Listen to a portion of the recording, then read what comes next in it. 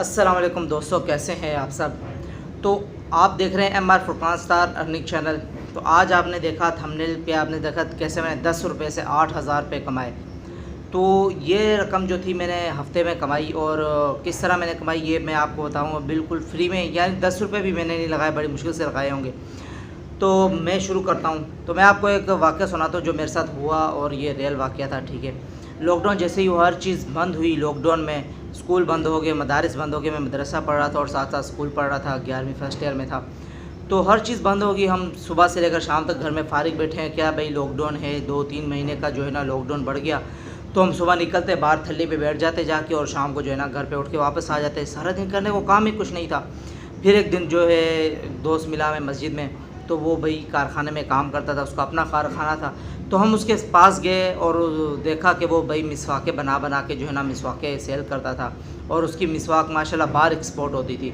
तो हमने उसको बोला कि हमें तो अपने पास, आप जो है ना अपने पास काम पर रख लो। तो उसने कहा कि अभी जो है ऑर्डर मेरे पास नहीं है, इंशाल्लाह जैसे ही ऑर्डर आता है बड़ा तो मैं आपको जो है ना अपने पास काम पर रख लूँगा। हम बहुत खुश हुए, हमने बोला घर के पास है, चलो यहाँ काम मिलेगा तो अपना ख़र्चा वर्चा निकालेंगे, लॉकडाउन जब तक है।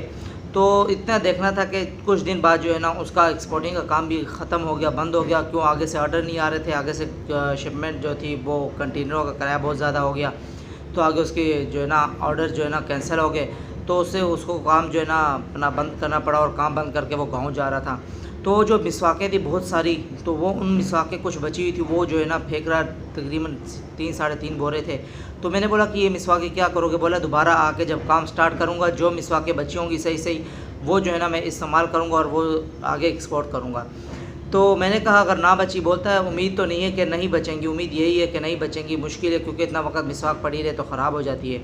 तो मैंने कहा जब बचेंगी नहीं तो कुछ मिसवाकें मुझे दे दो। तो उसने कहा कि ठीक है आप ले लो जितनी आपको चाहिए।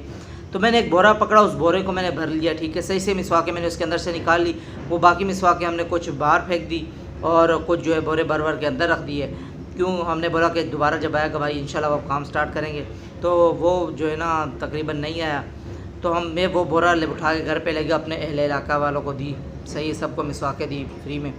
तो फिर मैंने सोचा कि यार फारिग बैठे हैं, चलो लोग मिसवाकें बेचते हैं। जो मस्जिद के बाद हम जुम्मा पढ़ के निकलते हैं तो बाहर देखते हैं कि एक बंदे ने चादर बिछाई होती है, उसके ऊपर अतर वगैरह मिसवाकें वगैरह बेच रहा होता है। तो मैंने इसी तरह स्टार्ट कर दिया, एक छोटा सा कपड़ा लिया और मैं जाके मस्जिद के बाहर असर की नमाज़ के बाद जो था बैठ जाता था, मिसवाकें रखता अपना ज़िक्र करता था, और असर से मगरिब तक जो है ना वो मिसवाक फ़रोख्त करता था, और मगरिब के टाइम अपने घर पे वापस आ जाता था। इसी दौरान मुझे एक जगह और काम मिल गया, पापड़ वाली कंपनी में।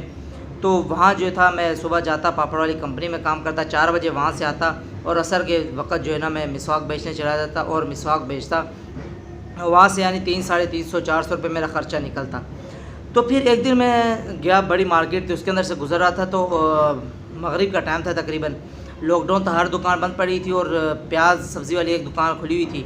तो उसके ऊपर एक शख्स था जो बूढ़ी औरत थी, उसके ऊपर बहुत ज़्यादा जो है ना शोर कर रहा था, और उसको बोल रहा था कि जाओ यहाँ से जाओ। वो अम्मा चली गई। तो मैं ये सारा दूर खड़ा होकर देख रहा था। तो मैं अम्मा के पास गया, मैंने अम्मा जी क्या हुआ आपको ये बंदा ऐसे ऐसे क्यों बोल रहा है। तो उससे बताया कि बेटा ये मैं टमाटर लेके गई थी, और साथ में जो है अदरक लहसुन था। बोलती ये सारा ख़राब, इसने मुझे ख़राब सारा मुझे डाल दिया, और जो है ना मैं भी वापस कराने हैं। तो बोलता है कि तू घर से चक्कर लगा के घर से ख़राब उठा के लाई है, मैंने तुझे ख़राब नहीं दिया था तो ये वापस नहीं कर रहा है। तो मैंने उस अम्मा से पूछा, मैंने बोला अम्मा जी ये जो सामान आपने लिया है ये कितने तक का है।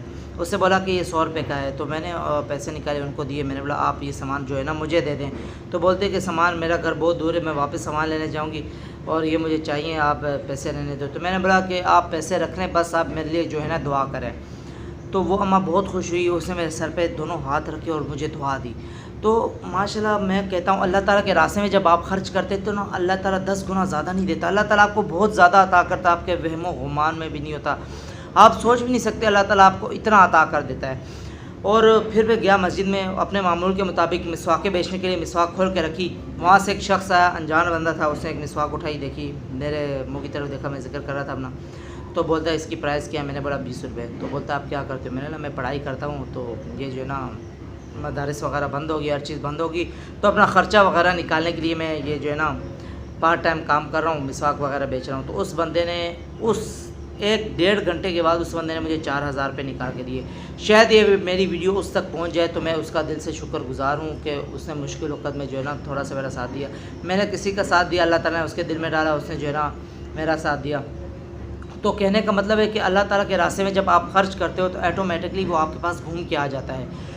तो उस हफ़्ते में जो बाकी मिसवाकें बची थी वो फिर मैं दूसरी मस्जिद में रह गया। माशाल्लाह अल्लाह का करना ऐसा हुआ कि वहाँ से भी दूसरे बंदे ने मेरे को 500 रुपये का नोट दिया, फिर एक बंदा उसने 1000 रुपये का नोट दिया। तो मैं वहमो गुमा, मैं उस दिन शाम को आया तो मैं इतना खुश था कि मेरी खुशी की इंतहा नहीं थी कि जो है ना 5-6 हज़ार रुपये मुझे इकट्ठा मिल गया। और मैं बाद में सोचा कि मैंने ऐसा क्या अमल किया, तो फिर मेरे जहन में आया कि उस अम्मा को दिया और उस अम्मा की दुआ ने जो है ना मुझे इतने ज़्यादा पैसे दिलाए। यानी अल्लाह ताला के रास्ते में अगर अल्लाह ताला के बंदों पर रहम करते हो, अल्लाह ताला के बंदों को आप देते हो, उन पर ख़र्च करते हो, तो अल्लाह ताला आपके वहम व गुमान से बहुत ज़्यादा आपको अता करता है। तो इसी तरह के जो है ना इंशाल्लाह आप जो है ना सबसे पहले जो चीज़ आपको चाहिए तहज्जुद में उठें, अल्लाह ताला के सामने गिड़गिड़ाएं, अल्लाह ताला से अपने गुनाहों की माफ़ी मांगें। जो चीज़ आपको चाहिए अल्लाह ताला से मांगें।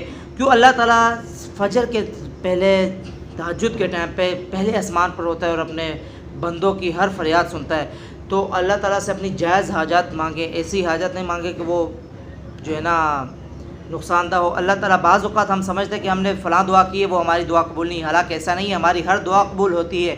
मगर जो है अल्लाह ताला वो दुआ कबूल करने की बजाय आपके ऊपर जो मुसीबत आ रही होती है उस मुसीबत को टाल देता है। तो अल्लाह ताला क़यामत के दिन बंदे की हर दुआ उसको गिनवाएगा और कहेगा फ़लानी तेरी दुआ के बदले मैंने फ़लानी मुसीबत टाली, फ़लानी दुआ के। ये नहीं है कि हम जो मांगते हैं वो हमारे लिए बेहतर नहीं होता, इसलिए अल्लाह ताला हमें अता नहीं करता। कुछ चीज़ें हमें अता कर देता है जो हमारे लिए बेहतर होती हैं। इससे वो कहते हैं ना कि अगर बेहतरीन की ख्वाहिश हो तो अल्लाह की तरफ देखो, क्योंकि हम तो ये भी नहीं जानते कि हमारे लिए क्या बेहतर है। इसके साथ मैं अपनी वीडियो का अख्तिताम करता हूँ। दुआ में याद रखिए।